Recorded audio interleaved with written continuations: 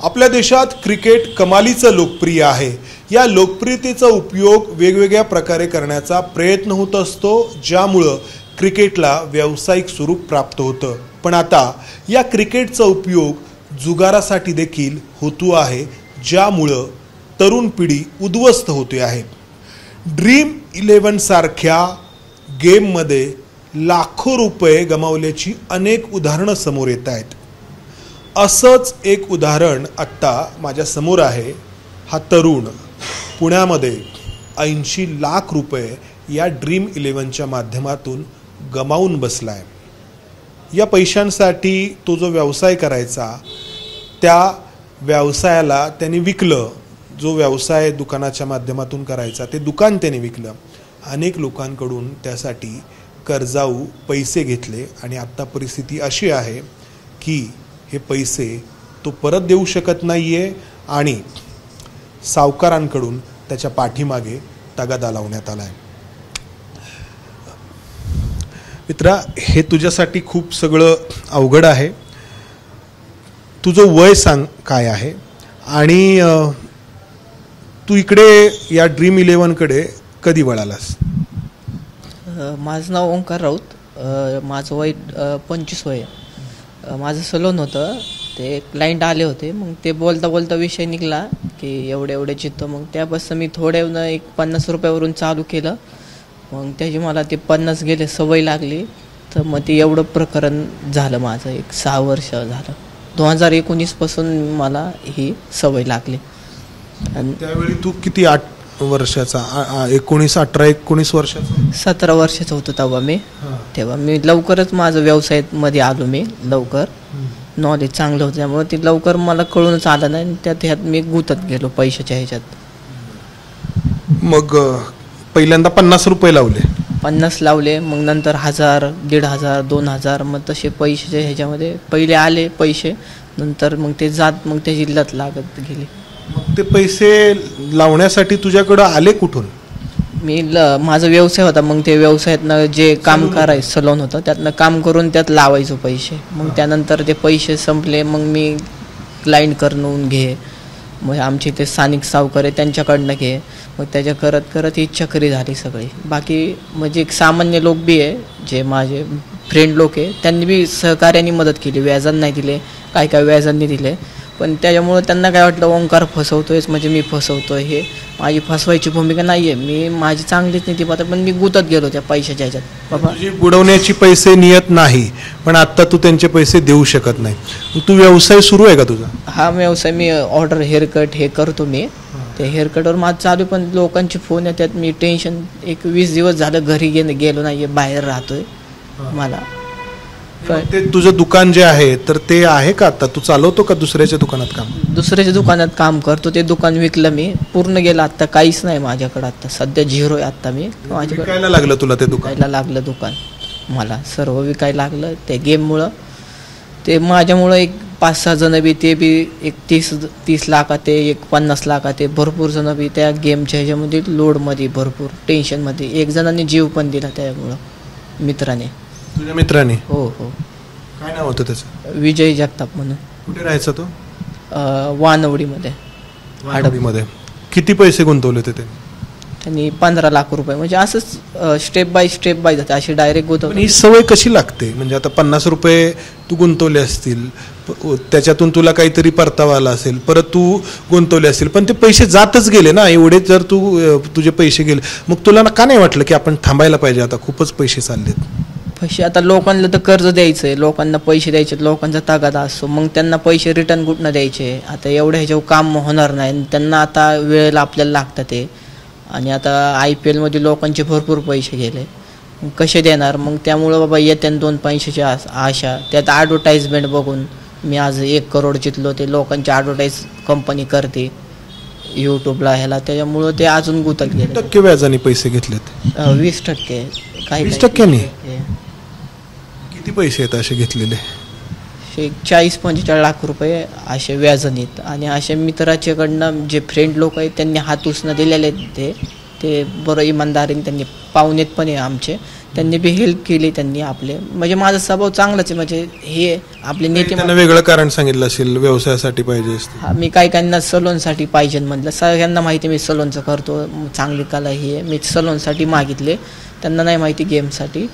पण आणि जे सावकार आहे त्यांना मी भरपूर बी दिले पैसे, त्यांना सावकार आहे, मग त्यांनी त्यामुळे हळूहळू मोठी रक्कम दिली मला. त्यांना भरपूर मी आधी कमवून दिला त्यांना मी 1-2-2.5 वर्षापूर्वी. ते लोक सगळे फोन करतात. हो, कंटिन्यू फोन चालू आहे. आणि मी माझं एवढंच म्हणणं, मी फसवणार नाही, मी पैसे देणार आहे लोकांचे. माझ्या ह्यातनं मला 1-2 वर्षाचा टाईम पाहिजे, मी काम करेन, सलोन टाकन स्वतःचं. ह्यातनं ज्याचे त्याचे इमानदारीचे त्यांचे मी स्वतःहून पैसे देईल. मी माझी बुडवायची नीतिमत्ता नाही आहे. मी त्यांना फोन उचलतोस का त्यांचे? कंटिन्यू उचलतो मी त्यांचे फोन, सांगतो, पण ते तागादा फोन लावून चालू आहे. काही हात उचलून दिले, जे फ्रेंड लोक आहेत त्यांनी अजून कंटिन्यू फोन नको मला चालू आहे फोन. ते मी त्यांना ज्यांना पैसे देणारच आहे मी. आणि काहींचे घेतलेत बाबा, कोणी 50 दिलेत, त्यांना मी 25-30 दिलेत. मला जर द्यायचेच नव्हते, फसवायची भूमिका असती, तर मी 50च्या 50 मधले 1 रुपया रिटर्न नसता दिला त्यांना. आई वडिलांना माहिती आहे काय? हो माहिती. ते बी टेन्शनमध्ये आहेत, ते वडील बी टेन्शनमध्ये, मम्मी बी टेन्शन, भाऊ बी टेन्शनमध्ये. त्यांची काही चूक नाही, माझ्यामुळेच एवढं सगळं झालंय. मला फक्त एक चान्स पाहिजे, ह्यातनं मी नीट करण, ज्याचे त्याचे देऊन टाकन पैसे. 25 वर्षाचा आहे सत्ता, 80 लाख रुपये तुला द्यायचेत. याच्या हातून या वयाच्या ज्या टप्प्यावरती तो आहे त्या टप्प्यावरती चूक घडलेली आहे, बरोबर आहे, पण या चुकीला हा एकटा कारण आहे का? हे जेव्हा Dream11च्या जाहिराती तू बघतोस, तुला काय आता डोक्यात येतं, तुझ्या मनात काय भावना उमटतात? मी जर नसतो ह्याच्यात आधी, म्हणजे गेमच्या ह्याच्यामुळे नसतो लागलो, तर माझे 4 ते 5 सलोन असते, 2 फ्लॅट असते, माझ्याकडे भरपूर प्रॉपर्टी होती ते असते, फ्रेंड सर्कल चांगलं होतं माझे फ्रेंड लोक सगळे, त्याच्यामुळं फ्रेंड लोक तुटले माझे, सगळ्यांना वाईट संबंध झाले, पाहुणे रावळ्यात माझी इज्जत गेली सगळे. माझ्यामुळं आई वडिलांची इज्जत खाली बघायला लावली सगळ्यांना. आणि म्हणजे आणि दृष्टिकोन वेगळा राहिला बघण्याचा सगळ्यांचा, बाबा ह्यो फसवायची माझी भूमिका नाही आहे, मी पैसे देणारच आहे लोकांचे, पण ही गेममुळं सगळं माझं चक्र निर्माण होत गेलं की एकाकडून पैसे घेतले तू, त्याला परत देण्यासाठी दुसऱ्याकडून घेतले, दुसऱ्याला देण्यासाठी तिसऱ्याकडून घेतले, असं ते वाढत गेलं असणार आहे. ते वाढत गेलं. माझी काय भूमिका चुकीचं नाही, मला कसलं शौक नाही ना, काय नाही. त्या गेममुळं माझं फक्त सुपारीचं व्यसन नाही, मला कसलं काही नाही आहे. माझ्या फ्रेंड लोकांना बी माहिती, आणि ते फ्रेंड लोकांनी बी सारखी मदत केली मला. की कोणतं व्यसन नसेल, पण हे Dream11 हेच एक मोठं व्यसन आहे. त्यामुळं वाईट उद्ध्वस्त. काय वाटतं या Dream11 बद्दल? त्याच्यावर बंदी आली पाहिजे लोकांचं. मी आलोय पुढे, त्यामुळे अजून इंडियामध्ये भरपूर जण लोक खेळतात ते गेम, त्यामुळे लय लोकांचं आयुष्य उद्ध्वस्त. सरकारनेच याला परवानगी दिलेली आहे या Dream11ला, धोरण जे आहे सरकारचं, तर लोकांनी खेळावं.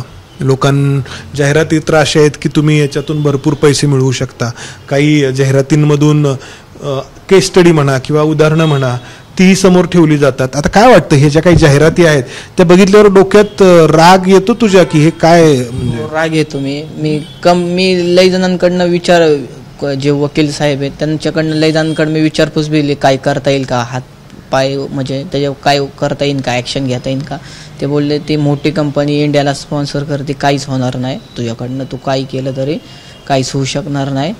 असे रोज हजारो लोक तक्रार करतात, पण काहीच होणार नाही. मग त्यामुळं मग काहीच करता येत नाही. म्हणजे या Dream11 कंपनीच्या विरोधात तुला तक्रार द्यावीशी वाटली? मला तक्रार द्यायची, त्याच्यावर ॲक्शन ती बंदी आली पाहिजे. रम्मी सर्कल, Dream11, त्यामुळे लोकांची खूप बरबादी व्हायला लागली. कोण एक जण नाही की जिथून त्यांनी त्याचा सुखी संसार झालाय का काय झालाय. सगळ्यांचं वाईटच परिणाम झाले, चांगले कुणाचेच परिणाम झाले. ह्यातनं कुणाचं चांगलं होईल त्यासाठी मी प्रयत्न करेल, कंप्लेंट बी करेल.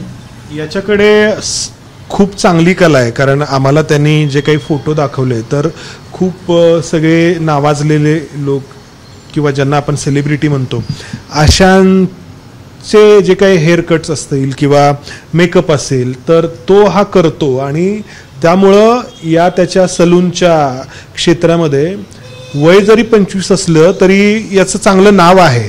याच्याकडे लोकांचा बघण्याचा जो दृष्टिकोन आहे तर तो वेगळा आहे.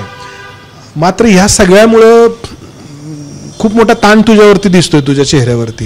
म्हणजे घरी तू जे गेलेला नाहीयेस, लोकांना फेस करायचं. सगळ्यांची फीस मी सगळ्यांची कॉल रिसीव्ह करतो. माझी फसवायची असेल तर मी बंद करून निघून गेलो असतो कुठं. मी पुण्यातच आहे. सगळ्यांना मी फोन सगळ्यांना उचलता आलं की देतो. काही ना काही देवाच्या कृपेने होईल काम माझं, मी सगळ्यांचे देईल, सगळ्यांना तोंड देतो. मी माझं जर फसवायचं असं मी निघून कुठं बी गेलो असतो, काय केलं असतं, फोन बंद करतो. मी इथंच पुण्यामध्येच राहतो, डेक्कनला. शोधायला येतात का लोक? हा, शोधतात, ही करतात, धमकी देतात. पण आता काय, आपण मी चूक केली मान्य करतो, सॉरी म्हणतो, 2 शिव्या खातो. पण ज्यांची त्यांची मी देणार आहे तेवढाच शब्द देतो. मला जर द्यायचे नसते मी फोन बंद केला असता, ही केला असतं. घेतलेत मी. आता कंटिन्यू फोन चालू आहे. पहा, आम्ही आत्ता जेव्हापासून इंटरव्ह्यू सुरू केलाय तेव्हापासून एकदा देखील हा जो फोन आहे ना, आता नाव आम्ही डिस्प्ले दाखवणार नाही, पण कंटिन्यू फोन जो आहे ना तो कंटिन्यू सुरू आहे. याचे जे काही देणेकरी आहेत त्यांचा कंटिन्यू फोन सुरू आहे. आणि मी लोकांना माझा चेक दिलाय, म्हणजे बँकेचा जो चेक आहे, मी ट्रान्झॅक्शन करतो, चेक दिलाय. मला जर फसवायची भूमिका असते मी लोकांना चेक नसतं दिला, कोणाला काय नसतं दिलं. माझे ट्रान्झॅक्शन आहे ही त्यांना सगळं, म्हणजे मी चेक दिलं, स्टॅम्प बिल लिहून दिलेलं. मी घेतलेले ज्यांची इमानदारी त्यांना देणारच आहे पैसे. तर तेवढंच म्हणणं आहे सरकारला, मी काम करून त्यांना ज्यांची इमानदारीने हात उसणं दिलेले त्यांना मी देणार आहे. मला 1-2 वर्षाचा टाईम मी दुकानाचं सेटअप करून रेडी काम करून मेहनत करून त्यांचे देणार मी पैसे. व्याजाने ज्यांचे घेतलेत त्यांचं व्याजातच धरणार मी. म्हणजे माझी ताकदच नाही द्यायची आत्ता काहीच. माझं तर सरकारला एवढंच मागणं आहे की त्याच्यावर बंदी आली पाहिजे ना. त्यापेक्षा आता त्याच्यावर मी आता कंप्लेंट बी करणार आणि विधानसभेत मी ते अर्ज बी लिहून देणार मुख्यमंत्री साहेबांना. अवघं 25 वय आहे या मुलाचं आणि आपण सगळे जाणतो की हा एकमेव नाही, अशी असंख्य मुलं आहेत की या ऑनलाईन जुगाराच्या नादी लागून त्यांचं आयुष्य उद्ध्वस्त झालं आहे. अनेक आत्महत्या घडल्याचं आपण पाहतो आहोत.